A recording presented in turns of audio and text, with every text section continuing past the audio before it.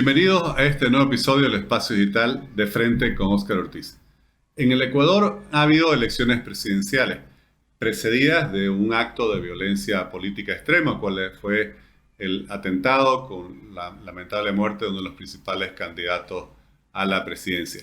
Vamos a conversar sobre la situación en el Ecuador, sobre los resultados de la primera vuelta y las proyecciones hacia la segunda con Gabriela Calderón de Burgos, quien es editora del Cato.org, columnista del Universo, graduada en Ciencias Políticas con especialidades en Relaciones Internacionales. Muchas gracias, Gabriela, por aceptar nuestra invitación. Gracias por la invitación, Oscar. ¿Cuál es la situación actual en el Ecuador, Gabriela, después no solo de las elecciones, sino lamentablemente del atentado contra uno de los principales candidatos a la presidencia que marcó seguramente también estas elecciones y las circunstancias que hoy vive el país?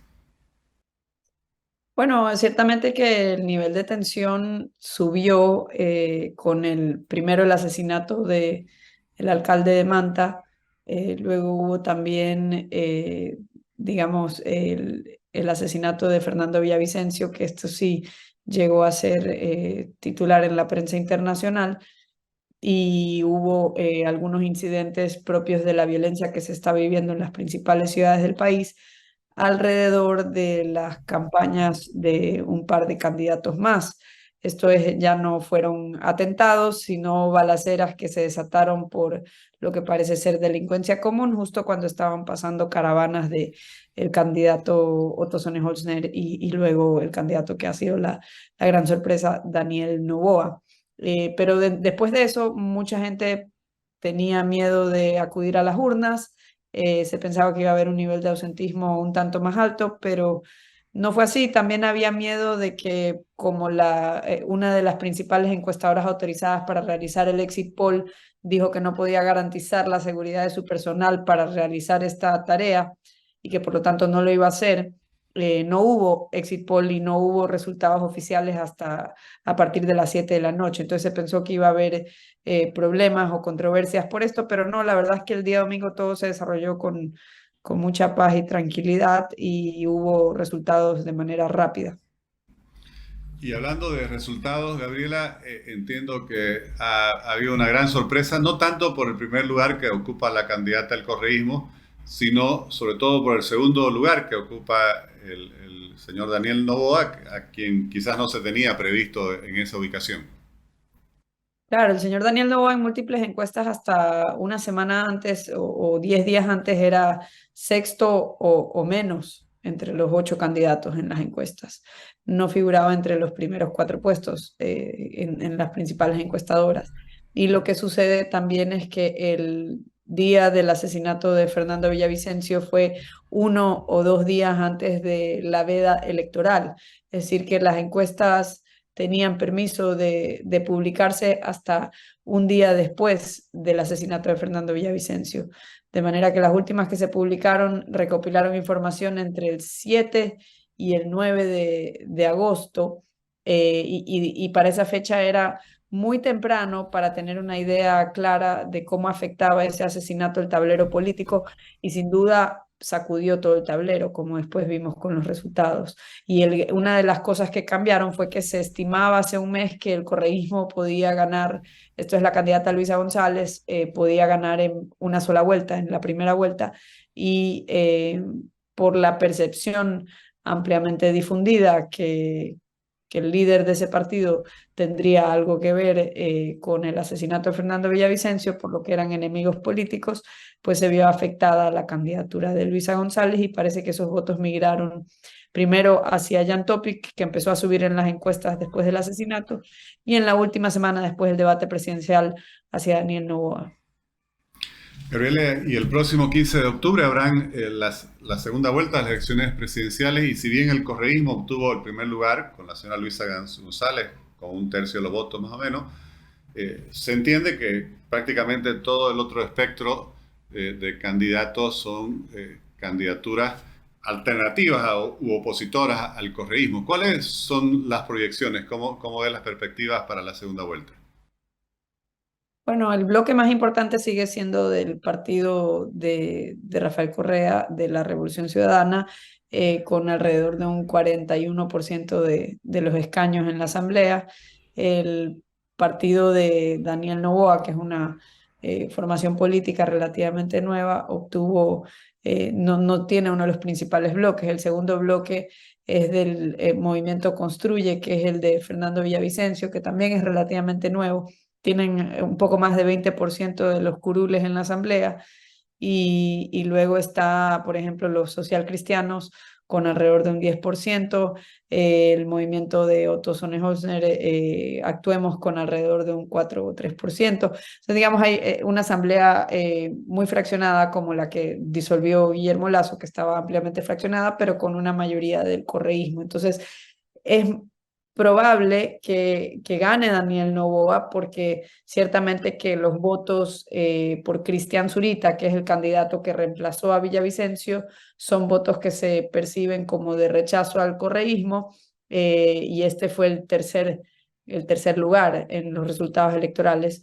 con un 16%, y los votos, es decir, los votos del anticorreísmo se dividieron entre Daniel Noboa, Zurita y Otto Sonnenholzner y Jan Topic.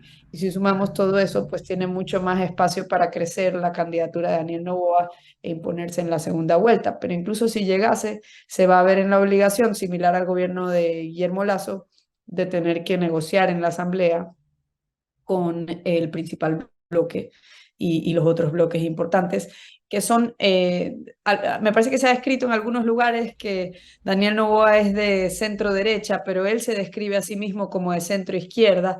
Hay esa confusión porque la prensa tilda de centro derecha todo lo que está a la derecha del correísmo.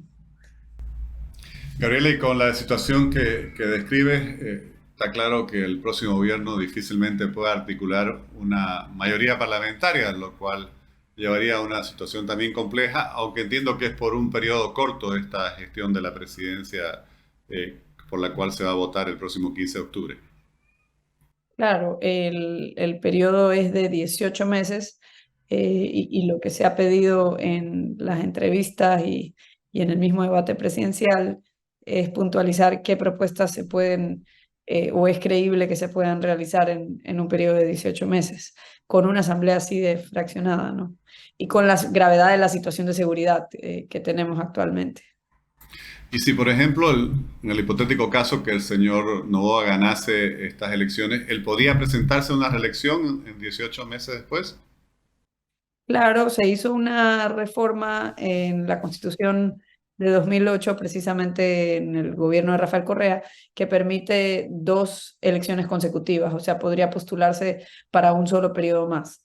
Eh, y digamos, si tiene un buen desempeño, sobre todo en lo que tiene que ver con seguridad, no sería descabellado que pueda ser reelecto. Lo que sucede es que el tema de la seguridad es un tema sumamente complejo, que tiene que ver con el crimen organizado a nivel internacional, y hay una situación de no solamente de escasez de recursos, sino de preparación de las fuerzas del orden para enfrentar algo así. No, no es un tema que creo que va para 18 meses. Y justamente saliendo del campo electoral, quería consultarte sobre el tema de la inseguridad que mencionabas, Gabriela. ¿Cómo se explica que el Ecuador, que no tenía estos niveles de inseguridad, ahora confronte esta ola de inseguridad, crímenes, motines en las cárceles y ahora también de violencia política? Aquí tradicionalmente lo que había era, considerado un país de tránsito. Cuando había problemas con digamos, lo que era el cultivo de drogas, tanto en Perú como en Colombia, y el Ecuador ya estaba, por así decirlo, dolarizado, pues era un país de tránsito, y digamos de intermediación financiera, por así decirlo. Eso es lo que se creía. En la época de Correa, lo que se hizo en el año 2008 es expulsar a la base de Estados Unidos, que estaba ubicada en Manta, al norte del país, en la costa, en la provincia de Manabí. Esta base era parte de la estrategia del Plan Colombia, y pues había un amplio esfuerzo de cooperación entre los gobiernos de Colombia, Estados Unidos y Ecuador, de compartir inteligencia, y también había un sistema de radares distribuidos a lo largo de la frontera. Todo esto fue desmantelado durante las administraciones de Correa, que fueron, digamos, 3 administraciones distintas, un periodo de 10 años, y básicamente al haberse combatido con tanta intensidad lo que era el narcotráfico por parte del gobierno de Estados Unidos, primero en Colombia, después en México, me imagino que buscaron otro destino donde era más sencillo hacer sus operaciones, y se volvió atractivo el Ecuador, al no tener, por un lado se había sacado la base, por otro lado se habían desmantelado los aparatos de inteligencia del Estado, por otra parte, digamos, había también una reforma migratoria que no se le pedía visa a nadie de ningún país, ni siquiera como en otras partes que tienen un proceso rápido para emitirte una visa de turista, pero te piden una especie de récord criminal. Y salvo eso, pues te aprueban inmediatamente la visa. Aquí lo que se hizo fue, digamos, una apertura total, sin ningún tipo de control sencillo que permitiera detectar, digamos, personas de dudosa procedencia que quieran entrar en territorio nacional. Digamos que se conjugaron estas condiciones, y pues se volvió tal vez un destino atractivo, no solo para el tránsito, sino como un lugar de domicilio para estas organizaciones, que ya no es solo el problema del tráfico, sino lo más grave en las principales ciudades es el tema de lo que aquí se conoce como vacunas. Las personas reciben llamadas, los negocios reciben cartas pidiendo una vacuna a cambio de seguridad, es decir, extorsión. Gabriela, muchísimas gracias por compartir tu análisis. Para nosotros es muy importante seguir lo que sucede en el Ecuador y bueno, y esperamos que pues las próximas elecciones se puedan realizar de forma pacífica y se pueda consolidar la democracia ecuatoriana y sobre todo la convivencia pacífica entre los ciudadanos. Muchas gracias. Gracias. Gracias, Gabriela.